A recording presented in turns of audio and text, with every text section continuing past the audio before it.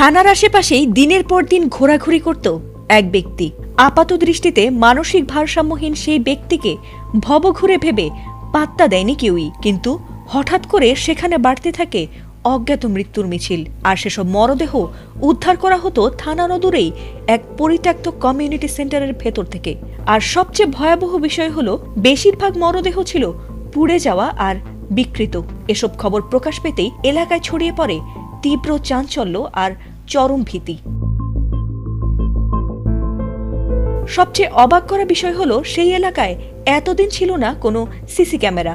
তবে পুলিশ উদ্যোগী হয়ে এই ব্যবস্থা নিতেই দেখা গেছে হাড় হিম করা এমন এক দৃশ্যের, যেটি দেখে দ্রুত ব্যবস্থা নেয় পুলিশ।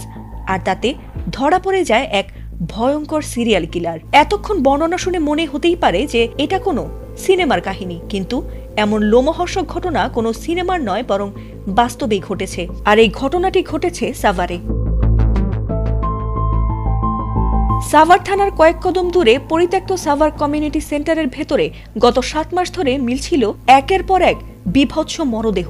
অন্ধকার গা ছমছমে পরিবেশের কারণে সে পথে সহজে কেউ যাতায়াত করত না। আর সে সুযোগই নিয়েছিল এক সিরিয়াল কিলার। মানসিক ভারসাম্য ভবঘুরে সেজে সে একের পর এক অপকর্ম দিনের পর দিন ধরে করেই যাচ্ছিল।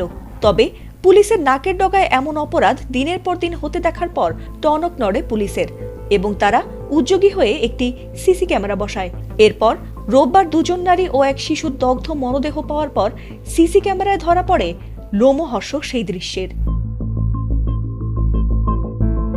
অবিশ্বাস্য হলেও সত্য যে পুলিশের একেবারে নাকের ডগায় থেকে এই ছদ্মবেশী খুনি একের পর এক হত্যা করেছে অন্তত 6 জন মানুষকে। সিসিটিভি ফুটেজে দেখা গেছে কাঁধে করে ভারী কিছু নিয়ে যাচ্ছে একটি লোক। আর সেই খুনি কোনো পেশাদার অপরাধী নয়, বরং থানার সামনেই ঘোরাঘুরি করা সেই পরিচিত ভবঘুরে, যার নাম মশিউর রহমান খান সম্রাট। এ বিষয়ে সাভার মডেল থানার অফিসার ইনচার্জ আরমান আলী জানিয়েছেন, সিসিটিভি ফুটেজ ও পারিপার্শ্বিক তথ্যের ভিত্তিতে তাকে আটক করা সম্ভব হয়েছে। প্রাথমিক জিজ্ঞাসাবাদে সে গুরুত্বপূর্ণ কিছু তথ্য দিয়েছে এবং স্বীকার করেছে যে এই হত্যাকাণ্ডগুলো তার দ্বারাই হয়েছে। তবে পুরো বিষয়টি এখনো তদন্তাধীন। আইনি প্রক্রিয়া অনুসরণ করে পরবর্তী ব্যবস্থা নেওয়া হবে। আর ঘটনা প্রকাশ পেতেই এলাকা জুড়ে দেখা দিয়েছে তীব্র চাঞ্চল্য ও আতঙ্ক। এমনকি এই ঘটনার সিসি ফুটেজ ছড়িয়ে পড়ার পর ব্যাপকভাবে সমালোচনা শুরু হয়েছে নেট দুনিয়ায়ও। মৃতদেহ আমরা গত কয়েকদিনে উদ্ধার করেছি গত 5 মাসের মধ্যে, এবং এছাড়াও আমাদের মডেল মসজিদের সামনে একটা মৃতদেহ উদ্ধার হয়। এই 6টি ঘটনায় জড়িত এক ব্যক্তিকে আমরা ইতিমধ্যে আইনের আওতায় নিয়ে এসেছি। উনি ইতিমধ্যে আমাদের কাছে প্রাথমিকভাবে স্বীকার করেছে যে এই 6টি হত্যার সাথেই সে জড়িত রয়েছে। ফাতিমা সুলতানা, এটিএন বাংলা।